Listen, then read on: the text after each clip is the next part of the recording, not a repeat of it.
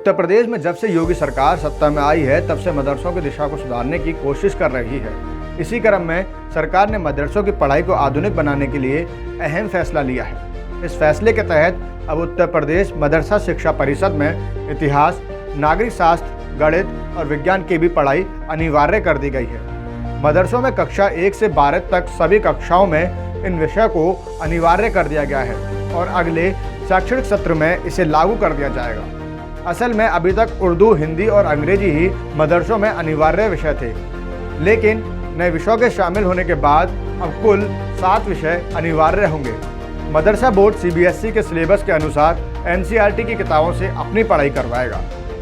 मंगलवार को हुई नवगठित उत्तर प्रदेश मदरसा शिक्षा परिषद की पहली बैठक में कई महत्वपूर्ण प्रस्तावों को मंजूरी दी गई और डॉक्टर इफ्तिखार अहमद जावेद की अध्यक्षता में हुई मदरसा बोर्ड की बैठक में निर्णय लिया गया कि भारत का इतिहास, नागरिक शास्त्र, प्राइमरी, जूनियर हाई स्कूल और इंटरमीडिएट और प्रारंभिक गणित विषय में अनिवार्य रूप से पढ़ाया जाएगा। दरअसल अभी तक मदरसों में ये विषय केवल वैकल्पिक थे, लेकिन बैठक में स्नातक और परास्नातक की परीक्षाएं 25 से 30 अक्टूबर तक कराने का निर्णय लिया गया है।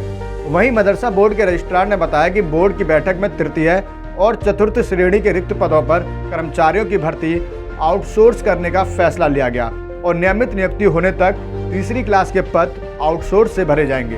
इसके साथ ही बैठक में पासपोर्ट बनवाने के लिए डिग्रियों के सत्यापन के काम में तेजी लाने के निर्देश भी दिए गए।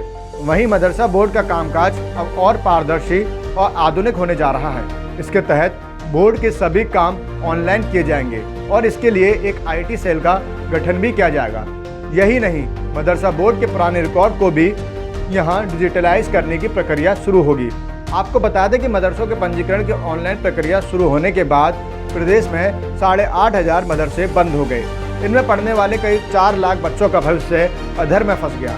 केंद्र सरकार के अल्पसंख्यक कार्य मंत्रालय ने इस पर चिंता जताते हुए इन बच्चों की पूरी जानकारी जुटाने के निर्देश दिए हैं। हालांकि 4 साल में सामने आए इन गैर पंजीकृत मदरसों के ड्रॉप आउट बच्चों का पता लगाने में प्रदेश के जिम्मेदार हाथ पर हाथ धरे बैठे रहे। अब केंद्र से सवाल जवाब होने के बाद तलाश में जुट गए हैं। वर्ष 2017 में मदरसों का ऑनलाइन पंजीकरण कराने के लिए पोर्टल शुरू किया गया था। जिस समय इस पोर्टल की शुरुआत हुई उस समय तक उत्तर प्रदेश में 19,000 से ज़्यादा मदरसे थे। पोर्टल पर मदरसा संचालकों को स्वेच्छा से पंजीकरण कराना था। पंजीकरण के बाद जिला स्तर पर सत्यापन कराया गया, जिसमें मदरसों की संख्या 10,500 ही सामने आई।